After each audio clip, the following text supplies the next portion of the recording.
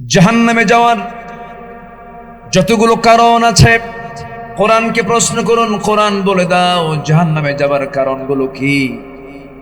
কোরআন বলতেছে মা সালাকাকুম ফি সাকার ক্বালু লাম নাকু মিনাল মুসাল্লিন ওয়া লাম নাকু নুতঈমুল মিসকিন ওয়া কুন্না নাখুযু মা'আল খায়িদিন ওয়া কুন্না নুকাযযিবু বিয়াউমিদ্দিন হাত্তা আতানাল ইয়াকিন।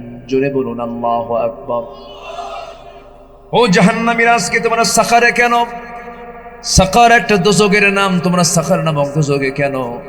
তারা বলবে আমরা 4টা কাজ করে আসি নাই, আজান শুনেছি, নামাজ পড়ি নাই, বান্দার হক নষ্ট করেছি, সমালোচনা করেছি, বিচার দিবসকে অস্বীকার করেছি, বিচারকে মানি নাই, আখিরাতকে মানি নাই, কিন্তু একদিন মরে যাব, আমার বিচার করবেন তিনি। আমার কে? বিচার হবে না? বিচার হবে না? মালিক ইয়াউমিদ্দিন, বিচার দিবসের মালিক কে? আমার বন্ধুগণ, এই এলাকায় আলু চাষ হয় কিনা জানি না। আলু চাষ হয়। আলু যখন লাগানো হয়, বিশেষ করে দিনাজপুর, রংপুর, গাইবান্ধা, বগুড়া, এই সমস্ত অঞ্চলে আলুর চাষটা বেশি হয়। এই আলু চাষি বড় বড় আলু যদি হয়, কেটে কেটে টুকরা টুকরা করে জমিতে লাগায় দেয়। যে আলুটা জমিনে লাগালো, সে আলুটা 2 মাস 3 মাসের ব্যবধানে মাটির সঙ্গে মিশে যায়। সেই একটা আলু থেকে 10টা 12টা 14টা আলু পর্যন্ত সেখান থেকে উৎপন্ন হয়। এই যে 14-15টা আলু উৎপন্ন হলো, মূল আলুটা মাটির সঙ্গে মিশে গেল। যে মহান রব্বুল আলামিন একটা আলু থেকে সে আলুটাকে পচায় দিয়ে মাটির সঙ্গে মিশায় দিয়া যদি 14-15টা আলু উৎপন্ন করতে পারেন, জন্ম দিতে পারেন, সে আল্লাহ আমার এই দেহটাকে মাটির সঙ্গে মিশায় দিয়া আমাকে আবার কি পুনর্জিন্দা করতে পারেন না? আসতে বলেন না, পারেন না? তিনি কে? আল্লাহ। প্রথম সৃষ্টি কঠিন, দ্বিতীয় সৃষ্টি সহজ। যেটা আল্লাহ পাক আমাকে প্রথমবার বানিয়েছেন, তিনি কি আবার দ্বিতীয়বার বানাতে পারবেন না? পারবেন। আবার আমাকে জিন্দা করবেন, মৃত্যু দিয়ে আবার জিন্দা করে আমাকে হাজির করবেন। কার সামনে? তার সামনে হাজির করবেন যিনি আমার কে? আল্লাহ। আমরা আল্লাহর সামনে আমরা হাজির হয়ে যাব। তো হাজির যেহেতু হবই, আমরা আমল নামাটা নিতে চাই। আমরা বাম হাতে না ডান হাতে? বাম হাতে না ডান হাতে? ডান হাতে। ডান হাতে আমল নামা নিতে গেলে আগে নামাজি হতে হবে। কি হতে হবে? নামাজি হতে হবে। এই 53 বছর যারা দেশ চালিয়েছেন, কেউ নামাজের ব্যাপারে কেউ যত্নশীল ছিলেন না। যদি যত্নশীল হতেন, 5% নামাজি না হয়ে নামাজি হতো 95%, আর বেনামাজি হতে হলো 5%। এই চিত্রই চিত্রায়িত হতো আমার দেশে। একটা মহল চায় এই জাতি বেনামাজি থাক, কারণ ওদের ব্যবসা বন্ধ হয়ে যাবে, ওদের নেতৃত্ব বন্ধ হয়ে যাবে। অতএব সব দেখে শেষ। আমরা দেখতে চাই আগামীটা কোরআনের দেশ, নামাজের সরকার দেখতে চাই। কারা কারা দুহাত উঁচু করে দেখান মুসলমান? কেউ তো স্লোগান দেন না।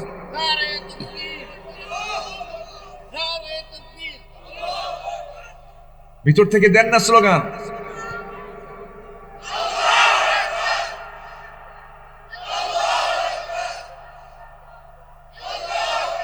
আল্লাহ কবুল করুন। জোরে বলে আমিন। আরো আছে তো, স্লোগানের ভাষা আরো আছে না? রেডি হন সবাই, রেডি হন।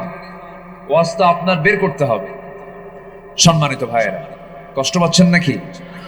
আমরা একটা জীবনকে মানবো, একটা আদর্শকে মানবো। এত আদর্শের পিছনে দৌড়ানোর দরকার নাই। কেন রাশিয়া যাবেন? কেন রাশিয়া যাবেন আপনি? কেন আপনি কার্ল মার্কসকে মানবেন? লেনিনকে কেন মানবেন আপনি? রাশিয়া যাওয়ার দরকার নাই তো, চীনে যাওয়ার দরকার নেই। ইউরোপ আমেরিকার পুঁজিবাদ, সমাজতন্ত্র, জাতীয়তাবাদ, সেকুলার, এগুলো ধরার দরকার নাই। আমাদের আদর্শ হবে একজন, তিনি হচ্ছেন মুহাম্মদুর রাসূলুল্লাহ। আসতে বলবেন না, মুহাম্মদুর রাসূলুল্লাহ। তার চরিত্র কি? তার চরিত্রটা কি? তার চরিত্র কি বলেন তো? জোরে বলুন, তার চরিত্র কি? কোরআন। এরকম লোক পাওয়া যাবে যার চরিত্র কোরআন হয়? এরকম চরিত্র, এরকম মান পৃথিবীর কাউকে পাওয়া যাবে? হাজার বছরের শ্রেষ্ঠ কুতকুতানি চুলকানি খাও জানি। কি যে ওয়াজ শুনছে 16 বছর, শুনছি না? নাম নেওয়া ফরজ ছিল, নাম নেওয়া, আল্লাহর নাম না নিলে সমস্যা নেই, কিন্তু নেতার নাম নিতেই হবে, তাছাড়া ওর পদ বাড়বে না, ঠিক কিনা? মানুষ বিরক্ত হয়েছে, মানুষ শুধু দাঁতের উপর দাঁত কামড়াইছে, শুধু সুযোগের অপেক্ষায় ছিল। যুবকরা তোমাদেরকে ধন্যবাদ। মাহফিলে সব যুবক এখন, জানেন, আলহামদুলিল্লাহ। আগে সব বুড়া চাচারা এসে মাহফিলে বসত, এখন মাহফিলে সব যুবকরা, বলি আলহামদুলিল্লাহ। কিবরিয়া ভাই, আমি তো ভাবছিলাম যুবকরা তো মনে হয় ডিভাইস আসক্ত হয়ে, মাদকাসক্ত, অসৎ নেতৃত্ব, তারপরে অবৈধ রিলেশন, তারপরে কি বলে ইয়াবা, বাবা, আর কি নাম, ফেন্সিডিল, এরপরে হচ্ছে কি বলে ফ্রি ফায়ার, পাবজি, ক্যাসিনো, এগুলো পায়া মনে হয় যুব সমাজ শেষ। কিন্তু না, জাতে মাতাল তালে ঠিক।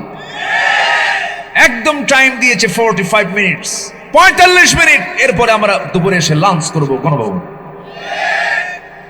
লাঞ্চ করে নাই, মুরগির রান সাবাই আর কয় বহুদিন খাই না। কি কথা কি বোঝা যায়? কথা কি বোঝা যায়?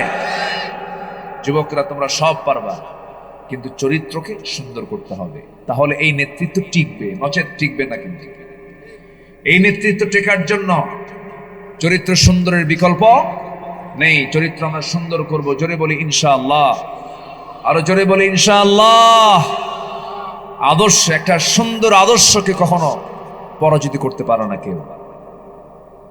তুমি যদি আদর্শের যদি লালন করো, তোমার অস্তিত্ব পৃথিবীতে বিলীন করার কেউ নাই। সম্মানিত ভাইয়েরা, আদর্শিকভাবে তারা শেষ, আদর্শিকভাবে তারা একদম পরাজিত। এদেশের মানুষ তাদেরকে প্রত্যাখ্যান করেছে। কি দাপট ছিল, কিন্তু অপরাধটা ছিল কি আমাদের বলে? সমাজের শ্রেষ্ঠ মানুষ যারা আলেম ওলামা, আমরা কি দেশ শাসন করেছি কখনো বলেন তো? আলেম ওলামা দেশ চালাইছে, কিন্তু এই 16 বছর জেল খাটলো কারা? কেন? কেন? কি দরকার ছিল আলেমদের গায়ে হাত দেওয়া? আলেমদের রক্ত বড় বিষাক্ত, আলেমদের রক্ত বড় বিষাক্ত। ওরা বুঝতে পারে নাই আল্লামা সাঈদীকে এত বড় একটা সম্পদ, কিংবদন্তি, কেমন করে 13টা বছর জনবিচ্ছিন্ন রেখে সেই অন্ধকার প্রকোষ্ঠে 4 দেওয়ালে বন্দিত্ব, 4 দেওয়ালের ভিতরে একদম তাকে সাইলেন্ট, নীরবভাবে হত্যা করার পরিকল্পনা নিয়ে 13টি বছর তাকে জেলখানায় রেখেছিল। তাতেও আমরা খুশি, উনি বেঁচে আছেন, থাকুক। কত বড় দানব হতে পারে, কত বড় পাশবিক হতে পারে। সেখান থেকে 13ই আগস্ট 2023 সেখান থেকে চিকিৎসার নাম করে সুস্থ মানুষটাকে ধরে আনলো। ধরার সময় বলল, হুজুর চলেন, আপনি অসুস্থ। আমি তো অসুস্থ, আমি নিজেই জানি না। জোর করে ধরে নিয়ে সোজা চলে গেছে সেই শাহবাগে, হসপিটালে ভর্তি করায়া চিকিৎসার নামে আবু হানিফার মতো করে। কার মতো? আবু হানিফা রাহিমাহুল্লাহর জীবন যারা পড়েছে, আবু হানিফা রাহিমাহুল্লাহর মতো করে বিষ প্রয়োগ করে, পয়জনিং করে তাকে দুনিয়া থেকে বিদায় করে দেওয়া হয়েছে।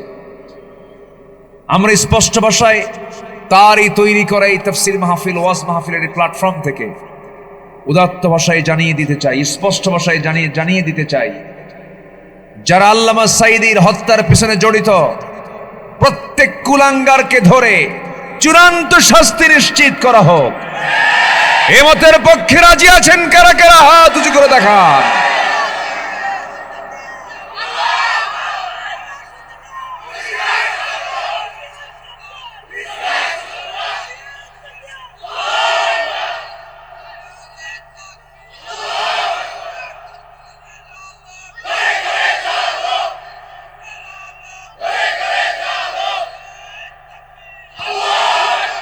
আল্লাহ কবুল করুন, জোরে বলে আমিন।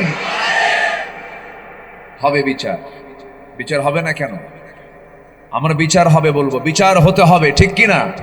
কোনো খুনির মাফ নাই।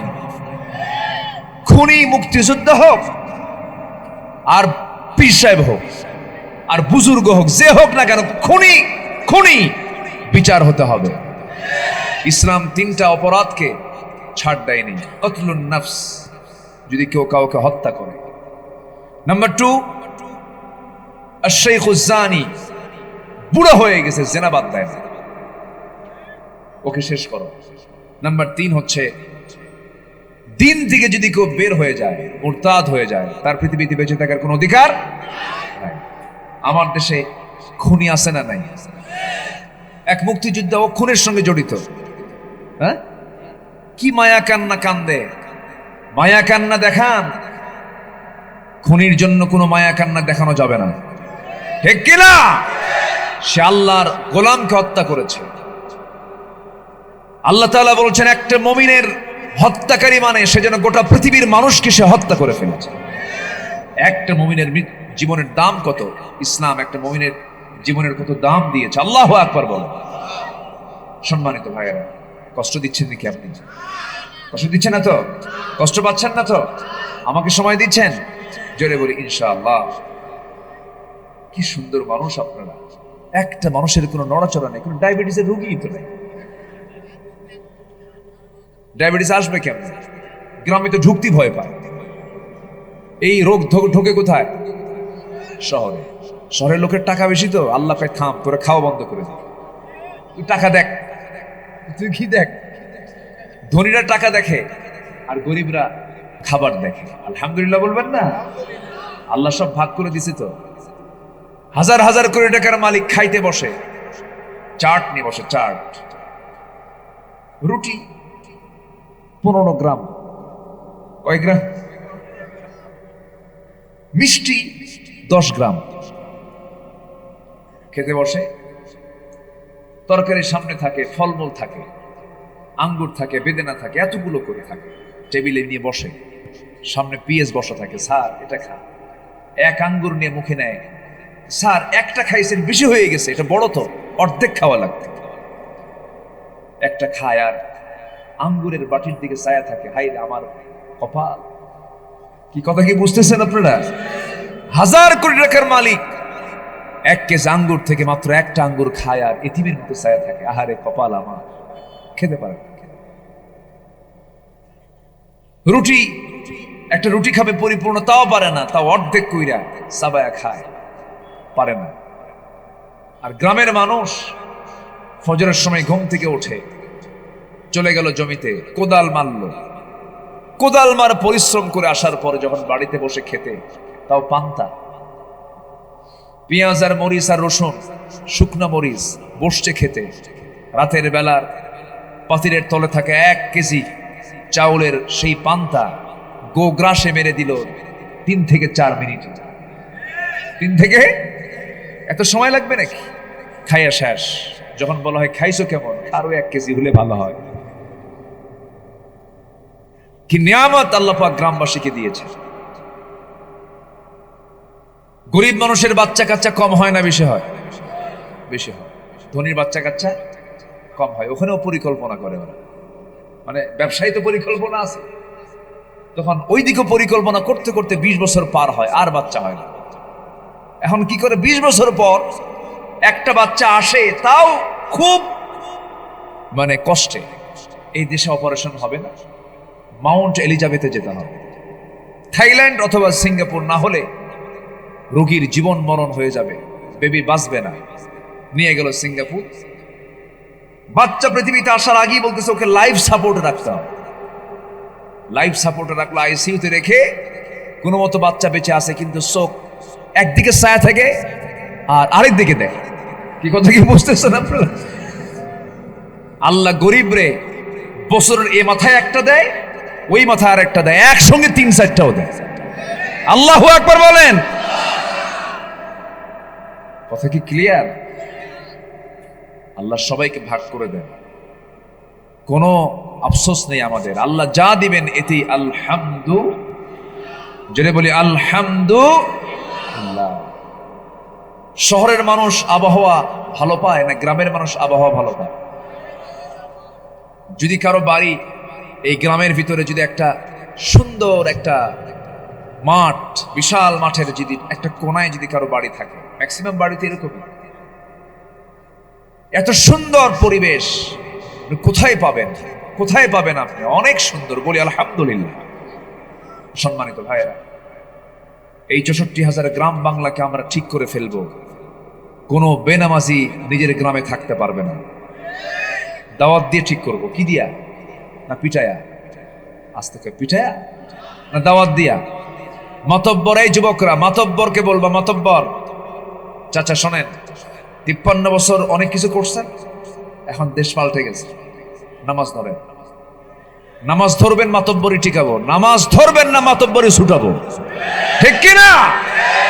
আপনি আল্লাহর হক নষ্ট করবেন, আমরা আপনার নেতৃত্ব মানব? অসম্ভব। আপনাকে টেনে হেঁচে মাতব্বরি ছুটাই দেব। কি যুবক রাগ করতেছ নাকি? যুবক রাগ করতেছ? তোমার গ্রামে যে ঘর থেকে যে নারী বোরকা ছাড়া বের হবে, তার সেই বাড়ির মুরব্বীকে বলে দিবা, চাচা আপনার মেয়ে অথবা আপনার বউ বোরকা ছাড়া বের হয়, আমরা ইয়ান, আমাদের টকবকে যৌবন, আমাদের চোখের গুনাহ হয়, নামাজের প্রবলেম হয়। আপনার মেয়েকে বাইরে বের হতে হলে শর্ত হলো বোরকা পরে বাইরে বের হতে হবে। ঠিক কিনা? কি মনে থাকবে? তোমার গ্রাম নিয়ে তুমি আঁকাও, স্বপ্ন আঁকো, প্ল্যান করো। 64,000 গ্রাম বাংলাকে আমরা নামাজের পরিবেশ ফিরে আনবো, পর্দার পরিবেশ ফিরে আনবো। আগামীতে আমরা ইসলামের একটি সূর্য আমরা দেখতে পাবো বাংলার জমিনে। জোরে বলি ইনশাআল্লাহ। আদর্শ হবে কয়জন ব্যক্তির? কোন আদর্শ মানবো আমরা? মুহাম্মদ সাল্লাল্লাহু আলাইহি ওয়াসাল্লাম। সূরাতুল আহজাব থেকে কথা বলছি তো, দেখি 21 নম্বর আয়াত আল্লাহ তাআলা এই ব্যাপারে কি বলছেন। আল্লাহ রাব্বুল আলামিন বলেন, লাকাদ কানা লাকুম ফি রাসূলিল্লাহি উসওয়াতুন হাসানাতুন লিমান কানা ইয়ারজুল্লাহা ওয়াল ইয়াওমাল আখির ওয়া যাকারাল্লাহা কাসীরা। জোরে বলুন আল্লাহু আকবার। তোমাদের জন্য উত্তম আদর্শের বাস্তব নমুনা কেউ নন। তোমাদের জন্য উত্তম আদর্শের বাস্তব নমুনা একজন, তিনি হচ্ছেন মুহাম্মদুর রাসূলুল্লাহ সাল্লাল্লাহু আলাইহি সাল্লাম। তিনি হচ্ছেন তোমাদের জন্য আদর্শ, তাকে তোমরা লালন করো। আমার নবীজির গোটা জীবন থেকে কোরআনকে সামনে রেখে নবীজির অনুকরণীয় 15টা আদর্শ নিয়ে আজকে আমি কথা বলবো। 15টা আদর্শের মধ্যে একটাও কিন্তু বলি নাই। এখন বলুন, নুরু ওয়াজ কি শুরু না শেষ? কি সাহস আছে থাকা? থাকবো আলহামদুলিল্লাহ। আমি খুবই খুশি। আমি জানেন, আমি মাহফিল তো গোটা দেশে করি, কিন্তু আজকের মাহফিলটা দেখে আমি একটু আশ্চর্য হচ্ছি যে এত রাত কেমনে সম্ভব? আলহামদুলিল্লাহ, আলহামদুলিল্লাহ বলেন, জোরে বলি আলহামদুলিল্লাহ। অনেক সুন্দর। আপনার দেখি আমরা 15টা বিষয় আদর্শ আমরা সংক্ষিপ্ত করে, আমি খুব বেশি লম্বা সময় আর নেব না, আমি শেষ করার চেষ্টা করব। জোরে বলি ইনশাআল্লাহ। আমার নবীর সম্মান সবচেয়ে কম না বেশি? পৃথিবীতে 1 নাম্বার আমার আল্লাহর পক্ষ থেকে 1 নাম্বার মানুষটাকে বলেন, মুহাম্মদ সাল্লাল্লাহু এসেছেন নবী হিসেবে সবার আগে না সবার পরে? হ্যাঁ, সবার পরে এসেছে। কিন্তু সবার পরে আসলে হবে কি? তিনি হয়ে গেছেন সবার আগে, সর্বশ্রেষ্ঠ তিনি। সব নবীর ভিতরে শ্রেষ্ঠ নবী হচ্ছেন আমার নবী মুহাম্মদ সাল্লাল্লাহু আলাইহি ওয়াসাল্লাম। মাঝে মাঝে মুসা আলাইহিস সালাম বলতেন, আল্লাহ আমারে তুমি নবী না বানায়া যদি শেষ নবীর উম্মত বানাতে আমি ধন্য হতাম। আল্লাহু আকবার বলবেন না? এত দামি নবী আমার নবী, সেই নবীর আমরা উম্মত, আমাদের দাম কি কম? বিড়ি খাই, যা গাঁজা খাই, যা খাই খাই, দাম কি কম আমাদের? হাই রে হাই, উম্মতে মুহাম্মাদি আমরা, আমাদের চরিত্র কেমন হওয়া দরকার ছিল? আমার মনে হয় জাতিগতভাবে সবচাইতে বেশি মিথ্যা কথা বলে কোন দেশের মানুষ বলেন তো? বলেন বলেন। উঠতে, বসতে, কি হাঁটতে, খাইতে, মোবাইলে খালি মিথ্যা কথা। তুমি কই এখন? ভাই আমি তো জাহান্নামের চৌরাস্তা। কি আছে না নাই বলেন? খালি মিথ্যা কথা। মানে সেকেন্ডে সেকেন্ডে মিথ্যা কথা বলে যে জাতি, আমার দেশের মানুষ খুব মিথ্যা কথা বলে, মিথ্যা সাক্ষী দেয়। এমন মিথ্যা সাক্ষী বানাইছে, ঘটনা ৭১ আর সাক্ষীর জন্ম হলো ৭৬। ঘটনার কয় বছর পরে? ৫ বছর পরে তার জন্ম। সাক্ষী হলো ৭১ সালে। দেখলো কেমনে? রুহের জগৎ থেকে, কিসের জগৎ থেকে? এগুলোই দেখছি আমরা ২০০৮ থেকে ২০২৪ সাল পর্যন্ত। আর আমরা এগুলো দেখতে চাই না, ঠিক কিনা? ঠিক কিনা? আর আমরা এগুলো দেখতে চাই না। আমরা দেখবো এখন একটাই, সেটা হলো সমাজের চিত্র আমরা পাল্টায় দেব। কি দিয়া? আসতে বলবেন না, কি দিয়া? এই ১৬ বছর আমাদের উপরে যা হয়েছে, কিছু না বললে তো হয় না, বলার দরকার আছে কিনা বলেন? কম কিছু হয় নাই। মাহফিল আসতে আমাদের কত যে বাধার সম্মুখীন হতে হয়েছে। কমিটি একবার বাধার সম্মুখীন হয়, থানা এসে বলে কারে দাওয়াত দিচ্ছেন? কমকে, ও তো রাজাকার। আমি বলে রাজাকার? আমার মায়েরই বিয়ে হয় না ৭১, আমি রাজাকার হয়ে বসে আছি। কমিটিকে ধরে নিয়ে যাই থানায়, আটকে রাখে, জুতার তলা ক্ষয় হয়ে যেত কমিটির, তা মাহফিলের অনুমতি মিলত না। এখন কি পরিবেশ হয়েছে! এখন থানা থেকেই ফোন আসে কমিটির কাছে, কিছু লাগবে কি? ঠিক কিনা? ঠিক কিনা? কি চিত্র আমরা দেখতে পেলাম! আল্লাহ কি আসেন? আল্লাহ কি শোনেন? আল্লাহ কি চোখের পানি দেখেন? এমনি এমনি আসে নাই। অনেক শহীদের রক্ত ঝরেছে। সেদিন সাথিয়া মাহফিল ছিল আমার, নাজিব মমিন তার ছেলে, একসঙ্গে মাহফিলে ছিলাম। আল্লামা শহীদ মতিউর রহমান নিজামী রাহিমাহুল্লাহ, কেমন করে মারল তারা তাকে! সম্পূর্ণ দিল্লির প্রেসক্রিপশনে মারা হয়েছে, ঠিক কিনা? একটা সুস্থ সবল মানুষ, সুঠাম দেহের মানুষ, এই দেশে তাদের কত অবদান, কত ত্যাগ, কত কোরবানি, সেই লোকগুলোকে কেমন করে মারা হলো! এই শেরপুরের কৃতি সন্তান, আন্তর্জাতিক রাজনৈতিক বিশেষজ্ঞ একজন, ইসলামী রাজনীতির অন্যতম সিপাহ সালার, ইসলামী আন্দোলনের অন্যতম রওনাক, অন্যতম একজন সিংহ পুরুষ, শহীদ কামারুজ্জামান। আসলে তিনি কামারুজ্জামান, জামানার তিনি একটা নক্ষত্র ছিলেন। তাকে কেমন করে জোর করে দুনিয়া থেকে বিদায় করে দেওয়া হলো। শেরপুরের মাটিতে তিনি শুয়ে আছেন। এই সমস্ত শহীদের রক্ত কি অনুর্বর না উর্বর? এই শেরপুর থেকে আমরা এটার বিপ্লব দেখতে চাই। সবাই দেখতে চান তো? দেখতে চান তো? সমাজে কাজ করার দরকার আছে না নাই? কাজ করতে হবে। তারা জীবন দিলেন, আমরা কি সেই তাদের দেখানো যে পথে তারা জীবন দিয়েছেন সেই পথের আন্দোলনকে আমরা করব না ইনশাআল্লাহ? কোন কথা মানব না, আমাদের কথা একটাই, জমিন যার আইন চলতে হবে, তার জমিন যার আইন চলতে হবে। সম্মানিত ভাই, আমার নবীর অনুসরণীয় আদর্শ কোরআনকে সামনে রেখে আমি 15টা পয়েন্ট আজকে কথা বলবো। নাম্বার 1, আমার নবীজি ছিলেন একজন উত্তম দাঈ। তার মতো উত্তম দাঈ পৃথিবীতে আর কোনোদিন আসবে না। কি ধৈর্যশীল তিনি দাঈ ছিলেন, ধৈর্যশীলতা ছিল তার একদম 16 আনা।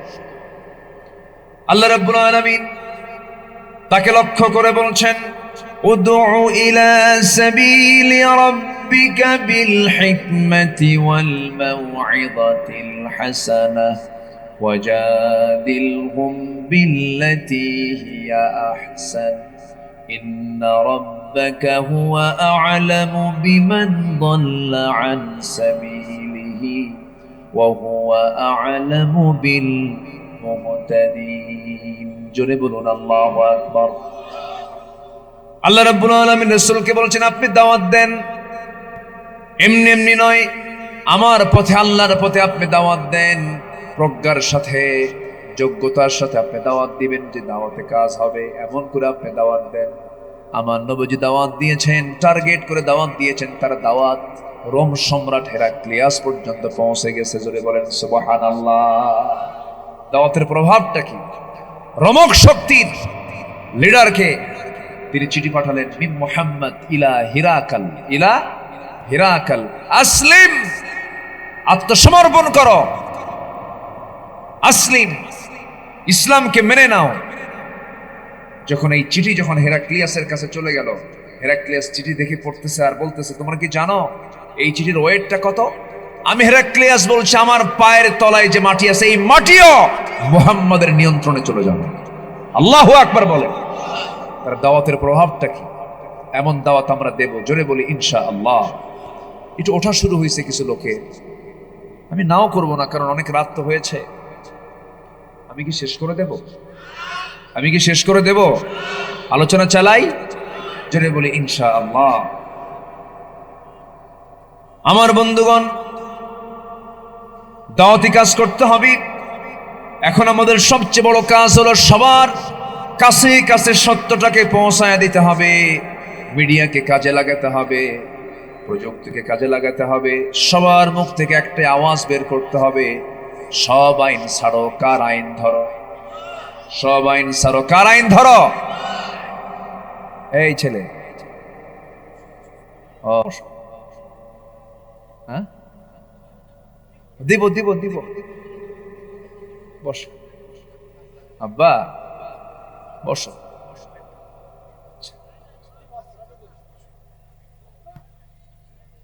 ও যে কি কয়, বস। বলে যে কিচ্ছু দিতা না, তাই না? ওর চিন্তা যতটুকু, ওরাই তো আমাদের চাইতে অনেক প্লাসে আছে, ওদের কোনো হিসাবও নাই, জানেন? আল্লাহ এরকম কিছু সন্তান কিছু পরিবারে দেন। আমি তাদেরকে বলবো, এই অটিস্টিক বাচ্চাদেরকে কখনো ধমক দিবেন না, এটাকে বিপদ মনে করবেন না, এটা নিয়ামত। আলহামদুলিল্লাহ। কার সৃষ্টি এটা বলেন? কে সৃষ্টি করেছেন? অবজ্ঞার চোখে দেখবেন না, কোনো পাগলকে খাটো করবেন না, কোন প্রতিবন্ধীকে হেউ চোখে তাকাবেন না। সব কার গোলাম? আসতে বলবেন না, কার গোলাম? অনেক বাপ মা আছে রাগ কইরা কয় মরেও না, বলে কিন্তু বলে না, মার তো কষ্ট হয়, কিন্তু না, আল্লাহ তাআলা নিয়ামত, আল্লাহ তাআলা যে পরিবারকে দেন এটাকে নিয়ামত মনে করেই দেন। কখনো মন খারাপ করবো না আমরা, জোরে বলি ইনশাআল্লাহ। ওকে যেতে দেন, ও যাক, কিন্তু ক্যামেরা যে কি করবে আল্লাহ জানে। ধরেন না ওকে, একটু ধরে একটু নিয়ে যান, হ্যাঁ, একটু পার করে দেন না। জি জি, যাক, আমার দিকে তাকান। এখন সবার নজর তো ওই দিকে, এই জন্য আমি কথা বলতে পারতেছি। হ্যাঁ, ও যাক, এখন আমার দিকে। সেই দিন এক এরকম অসুস্থ এক লোক, ধরেন 20-25 বছর বয়স হবে, কেমনে যে মঞ্চ উঠে এসে আমার এখানে ফাঁকা চেয়ার ছিল বসে গেছে। দেখছেন কিনা জানি না, অনেকেই দেখছেন।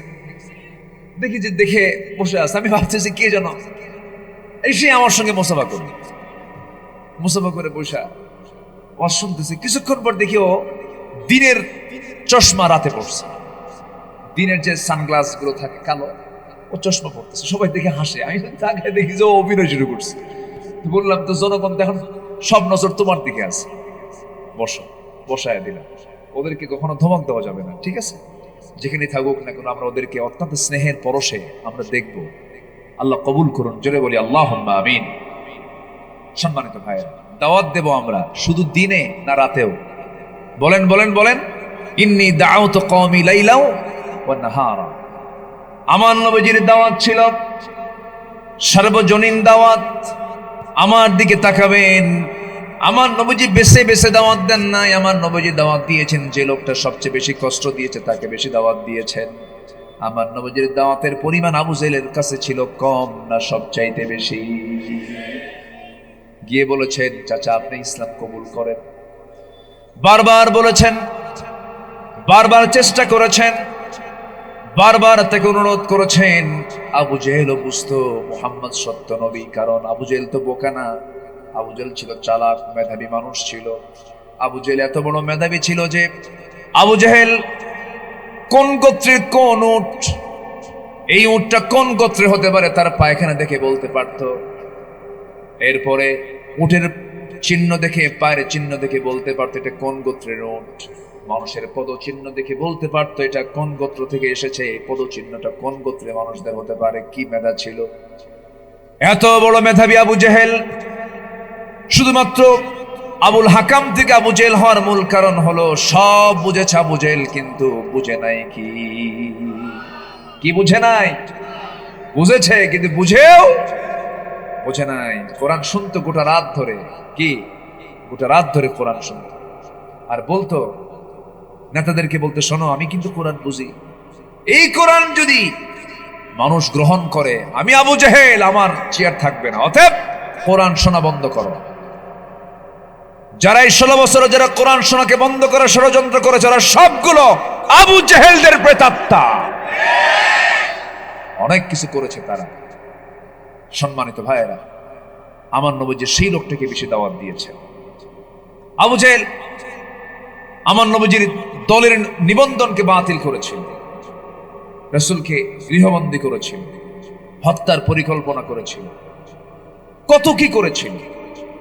আমার নবীজি যখন দাওয়াতি কাজ করতে পারছেন না, চতুর্দিকে অবস্থা খুব খারাপ, সেই সময় এক রাতের কথা বলি, এক সকালের কথা বলি, সাইয়েদনা আবু বকর সিদ্দিক রাদিয়াল্লাহু তাআলা আনহু তিনি মসজিদ হারামের দরজার সামনে, কাবার দরজার সামনে গিয়ে দাঁড়ালেন, নামাজে দাঁড়ায় গেছেন, নামাজ শুরু করেছেন।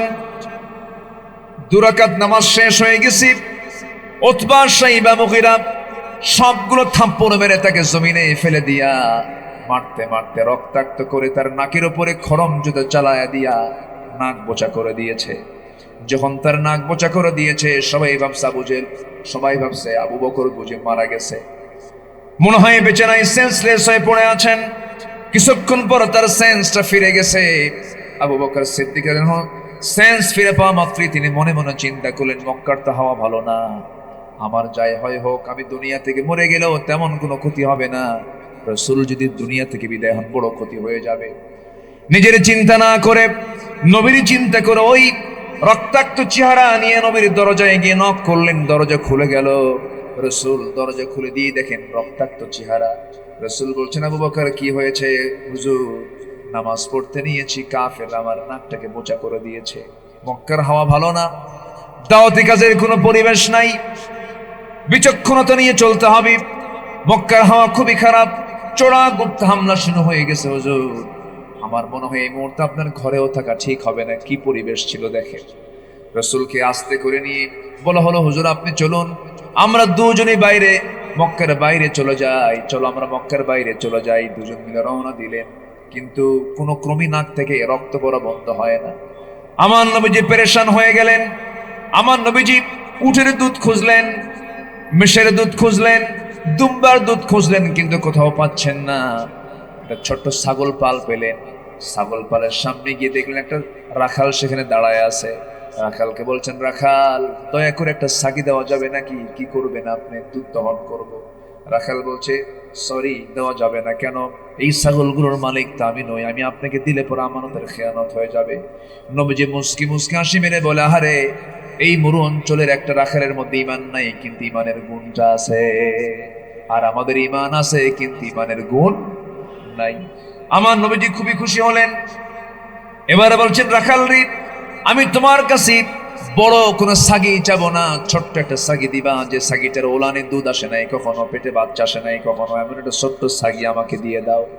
রাখাল মুস্কি মুস্কি হাসি মারে, আর মনে মনে চিন্তা করে, ছোট্ট ছাগিতে কি করবে লোকটা, কি তার উদ্দেশ্য, দেখি দিয়ে দেখি।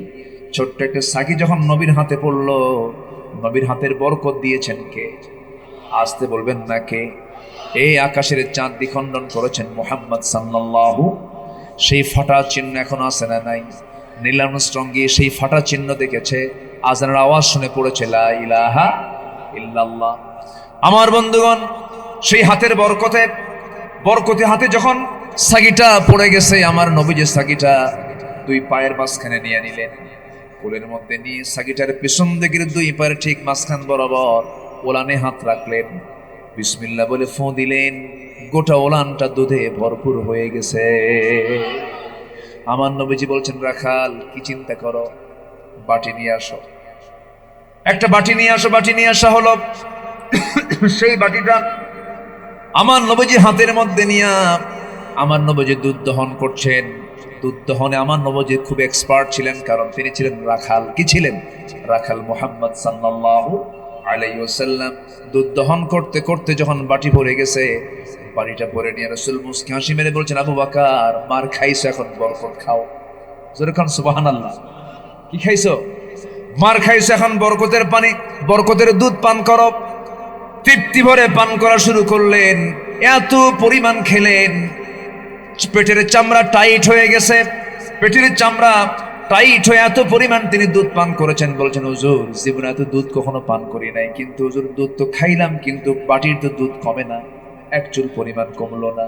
রাসূল বলছেন, ও আমার আবু বকর, তুমি কমাতে পারবে না, রাখালকে দিয়ে দাও। রাখালকে দেওয়া হলো।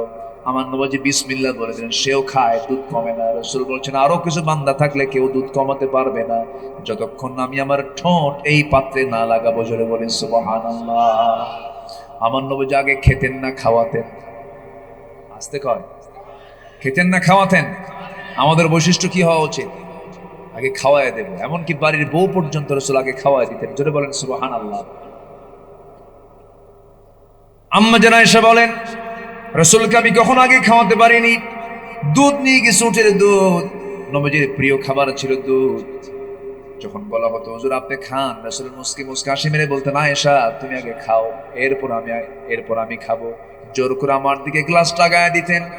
আমি যখন গ্লাসে ঠোঁট লাগাতাম, নবীজি মাথা একটু নিচু করে দেখতেন আমি আয়েশা কোন দিকে, আমি গ্লাসের কোন জায়গায় আমি ঠোঁট লাগাইছি। আমার নবীজি মার্কিং করতেন। এরপরে বলতেন, আয়েশা কিছু দুধ আছে নাকি? হ্যাঁ হুজুর আছে, যে খান। আমি যেখানে ঠোঁট লাগাতাম, আমার নবীজি সেই জায়গায় ঠোঁট লাগায়া বাকি দুধ পান করে নিতেন। জোরে বলি সুবহানাল্লাহ। ইসলামে প্রেম আছে না নাই? বিয়ার আগে না বিয়ের পরে? কিন্তু এখন প্রেম শুরু হয় কখন? বিয়ার আগে। বিয়ার আগে প্রেম টেম কইরা শেষ, বিয়ার পরে কিলা কিলিয়ার ঘুষাঘুষি। আমার নবীজি, আম্মা জান আয়েশা বলেন, উটের গোশতগুলো নবীর কাছে ভুনা করে দিতাম, ছাগলের গোশতগুলো ভুনা করে দিতাম, হুজুর খান। আমার নবীজি প্লেটটা ঠেলে দিয়ে বলতেন, আয়েশা তুমি রাঁধছো, তুমি আগে খাও, এরপর আমি খাবো। গোশতগুলো খেয়ে আমি যখন হাড়গুলো রাখতাম, আমার নবীজি আমার চুষে খাওয়া হাড়গুলো নবীজি হাতের মধ্যে নিয়ে চুষে চুষে সেই হাড়গুলো খেতেন, আর আমার দিকে চেয়ে চেয়ে মুস্কি মুস্কি হাসি মারতেন। সুবহানাল্লাহ বলবেন না? বিশ্ব নবীর বিশ্বমানের চরিত্র।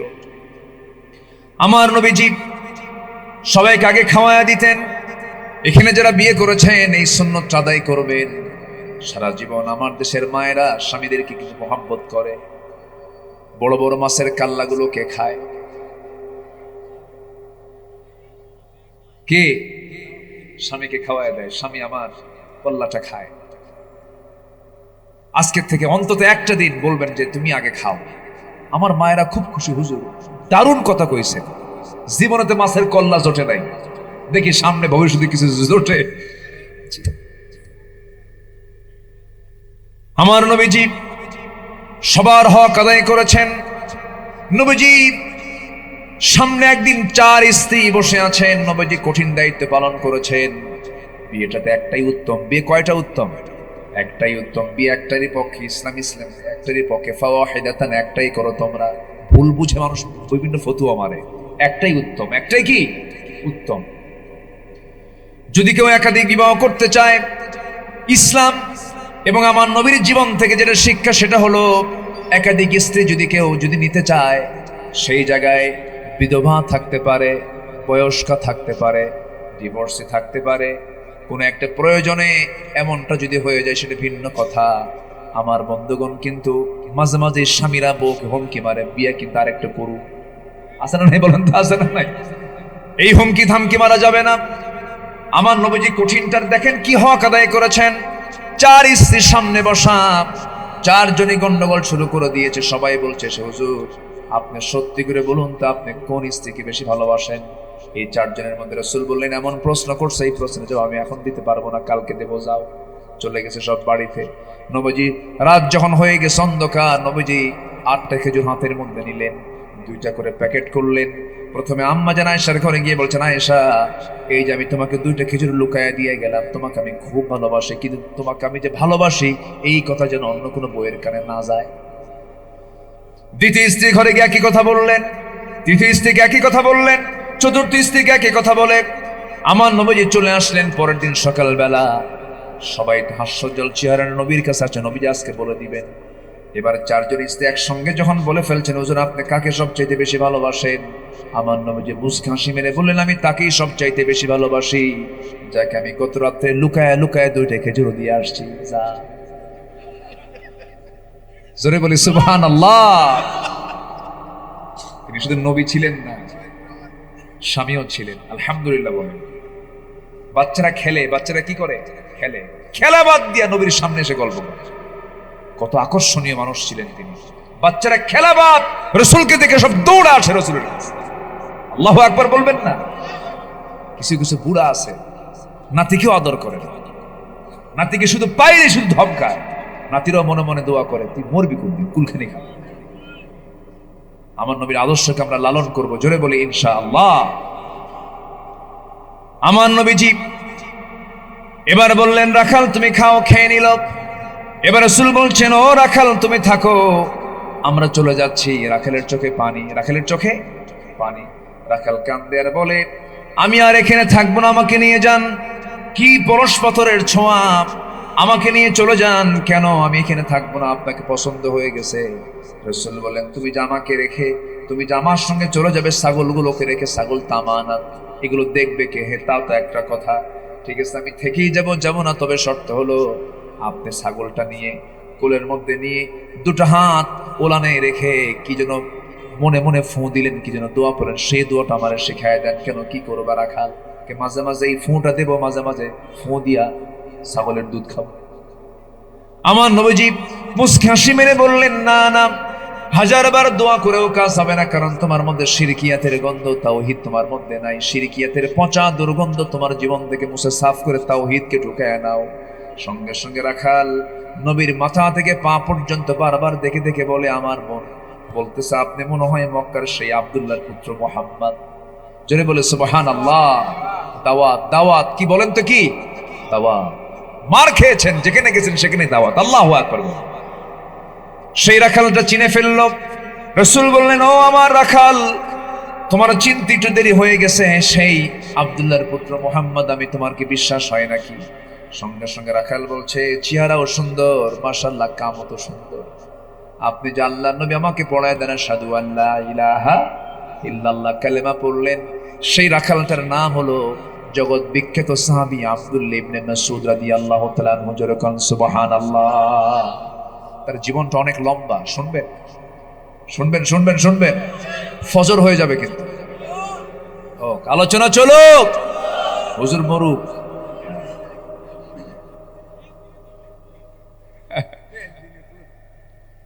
খুব সুন্দর মানুষ আপনার, এত সুন্দর একটা টান মারে না?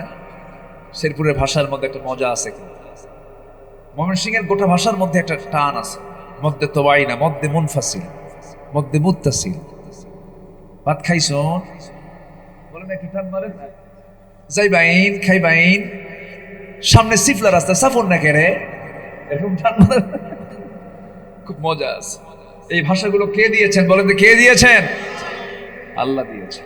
ভাষাগুলো কত সুন্দর, আল্লাহ কত সুন্দর করে মিলায়া দিয়েছেন। গোটা পৃথিবীর ভাষাই, সব মায়ের ভাষাই সুন্দর, বলি আলহামদুলিল্লাহ। তাহলে 1 নম্বর আমরা কি দেব বলেন তো? দাওয়াত। বলেন কি কি কাজ করবো আমরা?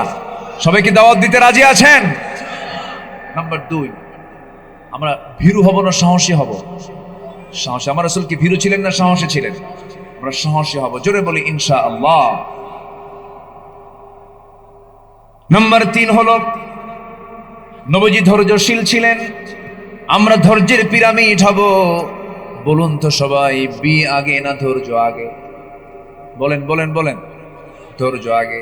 এক মহিলা কয়েকদিন আগে আমাকে ফোন দিয়ে বলে, হুজুর আমার স্বামী সকালেও তালাক দেয়, বিকেলেও তালাক দেয়, আমি কি আসি না নাই? কি কথা কি বুঝতেছি? এক মহিলা ফোন দিয়ে বলে, হুজুর আমার স্বামী সকালেও তালাক দেয়, বিকেলেও তালাক দেয়, রাগ উঠলি তালাক মানে, আমি কি আসি না নাই? এই জন্য বললাম, বিয়ে আগে না ধৈর্য আগে? ধৈর্য। ধৈর্য ছাড়া কিছুই হয় না। এই যে বসে আছেন, এটা কি ধৈর্য না? অনেকে পারতেছে না, পারলাম না, চলে গেলাম, ধৈর্যের কমতি হয়ে গেল। সব জায়গায় ধৈর্য লাগে, ধৈর্য ছাড়া কোনো কিছু অর্জন করা যায় না। কি ধৈর্য এই ছাত্ররা অর্জন করতে পেরেছে। ওদের কথা একটাই ছিল, জান দেব, রক্ত দেব, জুলুম মুক্ত দেশ গড়ব।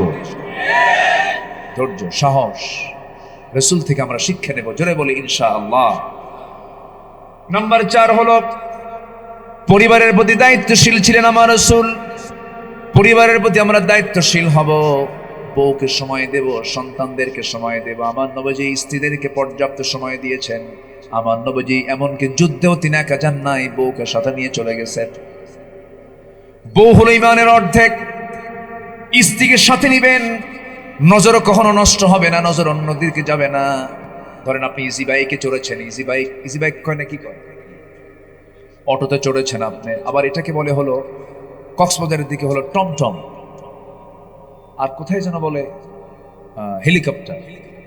হ্যাঁ, কখন কোথায় কি নাম হয় এটা বোঝা মুশকিল। আচ্ছা, আপনি চড়ছেন, বউ আপনার সাথে আছে, আপনিও চড়েছেন, সেখানে আরেকটা অর্ধলগ্ন কোন একটা মহিলা হয়তো বা, আমার দেশে তো কালচার আছে এটা, চললো, হঠাৎ করে আপনি হয়তো বা অন্য খেয়ালে 20-25 সেকেন্ড ওই মহিলার দিকে চেয়ে আসেন, আর এই দৃশ্য যদি আপনার স্ত্রীর চোখে ধরা পড়ে, বলেন তো কি হতে পারে? বলেন কি হতে পারে? বলেন, বাইরে কিচ্ছু কবে না, চলো ঘুরে টুরে যাই আমরা। সন্ধ্যার পর হয়তো ডাকতেছেন, সুইটি, ঝর্ণা, ডাক দিছেন, সুইটি কয়ে, থাও তোমার ঝর্ণা সুইটি, তুমি চায় থাকো আরেক সুইটির দিকে, আমি তোমার কিসের সুইটি? এটা হচ্ছে স্ত্রী, স্ত্রীর পাশে রাখবেন, নিরাপদ। রাসূল হজের মতো সফরে একবার হজ করেছেন, বউ ছাড়া না, বউ সহ। আমার মায়ের আমার ওয়াজ শুনে আজকে খুব খুশি হয়েছে, হুজুর খালি বুড়া খালি একা হজে যায়, আমারে নেয় না। আমার নবীজি বড় বড় সফরে স্ত্রীকে সাথে নিয়ে চলে যেতেন। বলি আলহামদুলিল্লাহ, লাইফ পার্টনার তো সে, আমরা স্ত্রীকে সম্মান করবো। জোরে বলি ইনশাআল্লাহ। এই যারা বিয়ে করে না তারা কি করবে? বিয়ে করার পরে সম্মান করতে হবে। সবাই ইনশাআল্লাহ তো বললা, ঠিক আছে, বিয়ের পরে কিন্তু। আমার নবীজি সন্তানদেরকে সময় দিতেন। ফাতিমা রাদিয়াল্লাহু তাআলা আনহা নবীজির মেয়ে ছিলেন, বিয়ে দিয়েছেন, বিয়ে দিয়ে ভুলেন নাই রাসূল। আমার নবীজি বিয়ে দিয়া মেয়েকে পাঠায় দিয়ে বলেন, মা, স্বামীর ঘর করে খাও, স্বামীর বাড়ি চলে যাও, সামান্য কিছু হাদিয়া দিলাম, সামান্য কিছু গিফট করলাম, মা, মৃত্যুর দিন পর্যন্ত স্বামীর বিরুদ্ধে যেন একটা নালিশ আমার কানে না আসে। চলে যাও, স্বামীর ঘর করে খাও, স্বামীর বিরুদ্ধে কোনো রিপোর্ট করতে পারবা না। কিন্তু আজকের সমাজের মেয়ের বাপরা মেয়েকে বিয়ে দিয়া মেয়েকে বলে, যা স্বামীর ঘরে যা, কোনো কিছু হলে শুধু খবর দিবি, খাইয়া ফালাম হয়ে। কি আসে না নাই বলেন তো? আমার নবীজি একদিন তিনি দেখতেছেন ফাতিমা রাদিয়াল্লাহু তাআলা নবীর ঘরে এসে বসে বসে নামাজ পড়েন। রাসূল বলছেন, ফাতিমা, বসে বসে নামাজ পড়ো কেন? তুমি তো যুবতী মেয়ে, তোমার জন্য বসে নামাজ পড়া ঠিক না। বলছেন, আব্বাজান, আমার পরনে যে জামাটা আছে, জামার পিছনে একটা ছেঁড়া অংশ আছে, নামাজ যদি আমি দাঁড়িয়ে দাঁড়িয়ে পড়ি, ছেঁড়া অংশটা আপনার দৃষ্টিগোচর হয়ে যাবে। আর আপনি যখন ছেঁড়া কাপড় আমার গায়ে দেখবেন, আপনি মনে মনে চিন্তা করবেন, আমার জামাই আলী আমার মেয়েকে কাপড়ে কষ্ট দেয়, এতটুকুন দোষ আমার স্বামীর প্রকাশ পাক আমি চাই নাই, মনে করে বসে বসে নামাজ পড়ি। জোরে বলি সুবহানাল্লাহ। আমার নবীজি সেই মেয়েকে একদিন তার ঘরে এসে বসতে দেখলেন। বলছেন, আমার মেয়ে ফাতিমা, বসে আছো কেন, কি বলতে চাও? তিনি বলছেন, আব্বাজান, স্বামীর সঙ্গে পরামর্শ করে আসছি।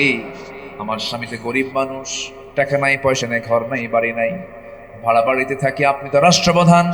দেখুন তো আব্বাজান, আপনার কাছ থেকে একটা খাদেম দেওয়া যায় নাকি, কাজের মানুষ দেওয়া যায় নাকি? হাসান হোসেন কিনা আমি একা পারি না। সঙ্গে সঙ্গে রাসূল বলছেন, মা, এইদিকে আসো, তোমার বাবা তার নিজের কাপড়টা নিজে ধৌত করে, নিজের ঘরটা নিজে ঝাড় দেয়, নিজের ঘরটা নিজে পরিষ্কার করে।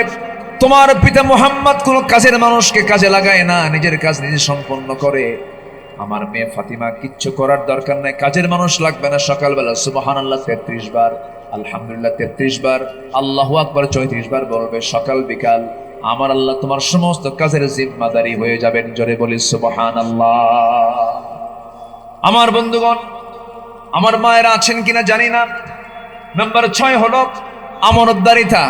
নাম্বার 7 হলো ন্যায় বিচার। আমানতদারিতায় রাসূল ছিলেন 16 আনা। রাসূল নিজেই বলেছেন, যার আমানত ঠিক নাই তার ঈমান ঠিক নাই। নাম্বার 8 হলো এতিম, নিকটাত্মীয় প্রতিবেশীর সঙ্গে সুন্দর আচরণ আমরা করব। জোরে বলি ইনশাআল্লাহ। যে ব্যক্তির প্রতিবেশী বলবে আমার ওই লোকটা ভালো, আল্লাহ বলবেন ওই বান্দা আমার ভালো। জোরে বলি সুবহানাল্লাহ। প্রতিবেশীর রাস্তা বন্ধ করে দেয় এমন লোক মনে শেরপুরে নাই। আছে আছে আছে। প্রতিবেশীর জন্য রাস্তা কি করে? বন্ধ করে, খোঁটা মারে। কি মারে? খোঁটা মারা আছে এলাকায়, খোঁটা মারা আছে, করা যাবে। নাম্বার 8 হলো আল্লাহ, নাম্বার 9 হলো আল্লাহর জন্য দিনের কাজে কঠিন পরিস্থিতিতে সবর ধরা, ধৈর্যশীল হওয়া। কঠিন সিচুয়েশন কিন্তু ধৈর্য হারা হওয়া যাবে না। এটা আমার নবীর জীবনে ছিল। কত ঘাত প্রতিঘাত এসেছে। আরে সেই জাবালে সুরে গিয়ে কেমনে থাকতেন, কেমনে ছিলেন 3 দিন 3 রাত খন্দকের পরীকে খনন করতে গিয়ে আমার নবীজি 4টা দিন কোদাল মারতে মারতে নবীজি ওই যে কুজো হয়ে বাঁকা হয়ে গিয়েছেন। বাকি জীবনে আমার রাসূল কোমর সোজা করে বুক উঁচু করে দাঁড়াতে পারেন না, কোমর বাঁকা হয়ে গেছে। যেরকম সুবহানাল্লাহ। আমার নবীজির শেষ জীবনে এসে দেখা গেছে দিন কায়েমের জন্য নবীজির কপালে দাগ হয়েছে, লোহার ফলা ঢুকেছিল। গালের মধ্যে দাগ হয়েছে, লোহার ফলা ঢুকেছিল। নবীজির সামনের 2টা দাঁত ভেঙে গেছে। নবীজির কথাগুলো অস্পষ্ট হয়ে গিয়েছিল শেষ জীবনে। কপাল দাগ, গালে দাগ, দাঁত 2টা ভাঙ্গা, কোমরটা কোজা হয়ে গেছে। আমার নবীজির গোটা দেহে ক্ষত বিক্ষত হওয়ার কত চিহ্ন, তরবারির কত আঘাতের চিহ্ন, আমার বন্ধুগণ পাথর মারার চিহ্ন। এত চিহ্ন আমার নবীর দেহে কেন আসলো? মূল কারণ ছিল এত রক্ত ঝরেছেন একটাই কারণ, সেটা হলো আলা লাহুল খালকাল, আমার সৃষ্টি যার, আইন চলতে হবে তার। সবাইকে চান, আল্লাহ কবুল করুন।